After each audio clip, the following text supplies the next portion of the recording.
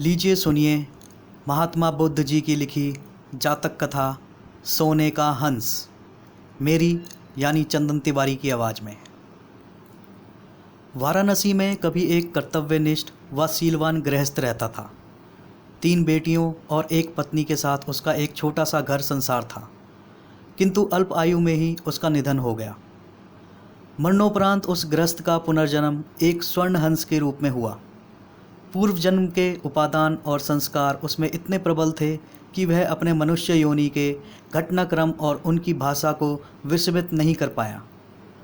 पूर्व जन्म के परिवार का मोह और उसके प्रति उसका लगाव उसके वर्तमान को भी प्रभावित कर रहा था। एक दिन वह अपने मोह के आवेश में आकर वाराणसी को उड़ चला, जहाँ उसकी पूर्व जन्म की पत्नी और 3 बेटियां रहा करती थीं। घर के मुंडेर पर पहुंचकर जब उसने अपनी पत्नी और बेटियों को देखा तो उसका मन खिन्न हो उठा, क्योंकि उसके मरणोपरांत उसके परिवार की आर्थिक दशा दयनीय हो चुकी थी। उसकी पत्नी और बेटियां अब सुंदर वस्त्रों की जगह चिथड़ों में दिख रही थीं। वैभव के सारे सामान भी वहां से तिरोहित हो चुके थे। फिर भी पूरे उल्लास के साथ उसने अपनी पत्नी और बेटियों का आलिंगन कर उन्हें अपने परिचय दिया और वापस लौटने से पूर्व उन्हें अपना एक सोने का पंख भी देता गया, जिसे बेचकर उसके परिवार वाले अपने दारिद्र्य को कम कर सकें।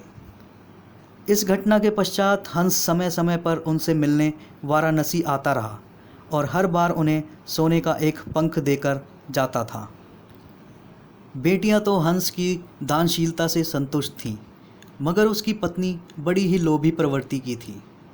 उसने सोचा, क्यों न वह हंस के सारे पंख निकालकर एक ही पल में धनी बन जाए।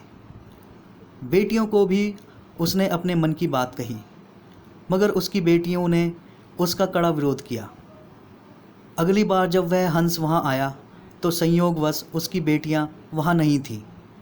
उसकी पत्नी ने तब उसे बड़े प्यार से पुचकारते हुए अपने करीब बुलाया।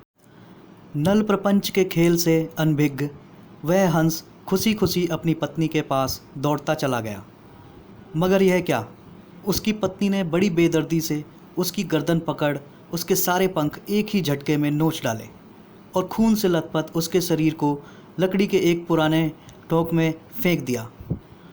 फिर जब वह उस सोने के पंखों को समेटना चाह रही थी तो उसके हाथों सिर्फ साधारण पंख ही लगे, क्योंकि उस हंस के पंख उसकी इच्छा के प्रतिकूल नोचे जाने पर साधारण हंस के समान हो जाते थे।